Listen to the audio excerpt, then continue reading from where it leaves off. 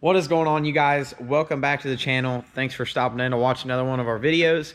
And first off, I wanted to say, if you're new on the channel, and if you aren't new on the channel, you've probably noticed that the lighting sucks in this shop that we work on the race car and some other things you guys have seen on the channel and will see on the channel.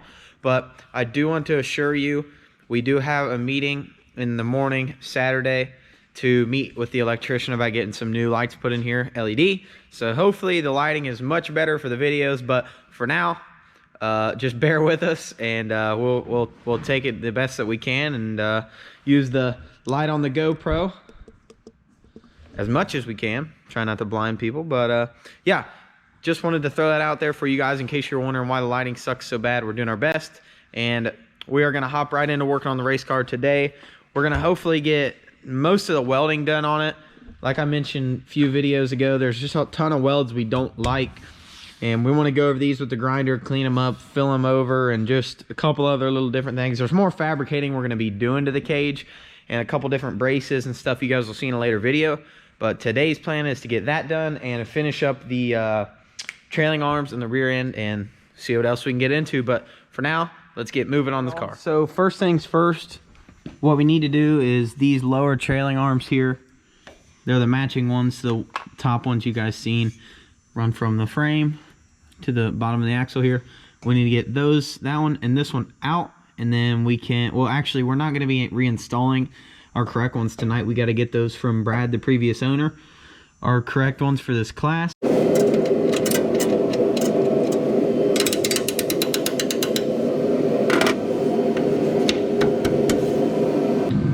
This is back to square one, where you guys seen in the previous video.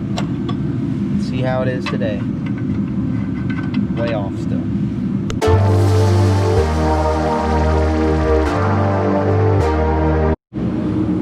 Alright y'all, don't judge our redneck fixins here, but Chris and I thought about this idea and it's working. So we took these lower trailing arms off. Like I said, we got to return these and switch them anyway. Took these off, allows the rear end to twist back and forth. So what we're going to do is, well, what we started to do is ratchet the rear end forward in hopes that we can line up that bolt. Okay, so it slid right in this side. It's welded. All right, y'all, with the help of Chris and my buddy James, we had somebody push on the rear end this way, ratchet the rear end that way, and I was in here and we ran the bolt in and finally got it in there. So no big deal no more. It's in there, it's done. Now we're gonna move on to pulling off the rest of the rear ones and get some welding done. Sorry for the heater in the background. It's freezing in the shop here, but we got these off. We ran into a little bit of figure it out because we didn't know that the nuts were through here, which the mouse figured out they were there. Yeah, there's a hell of a nest there. But we're running the bolts through next time. That's silly. So anyway, those are out. Like you guys seen, the old ones of these for up top are the identical matching set to these. We're going to be getting the other ones on Sunday, get them thrown in. But this is now done. We're going to get a couple things cleaned up back here, rear end set in a better, safer position, because after we did what we did getting the top end, it's a little tweak. So we're gonna get that safe, and then we're gonna get grinding and welding our butts off. Picked this up, a brand spanking new 4.5-inch grinder, Harbor Freight, 10 bucks. You can't beat that. I love my Milwaukee, but 10 bucks couldn't pass it up. Brand new Walmart extension cord, also 50 foot, 10 bucks. Can't pass that up either. Chris and I are getting ready to go grind, weld crazy. So with that being said, it's time lapse time.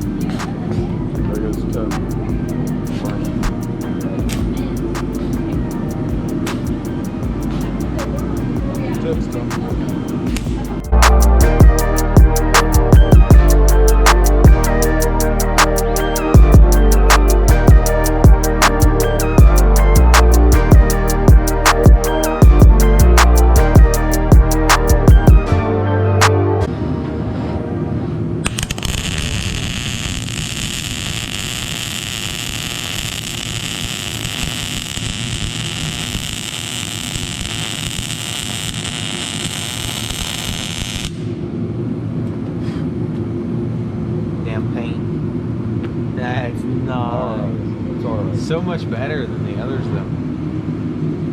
That paint reeks. I know. Next.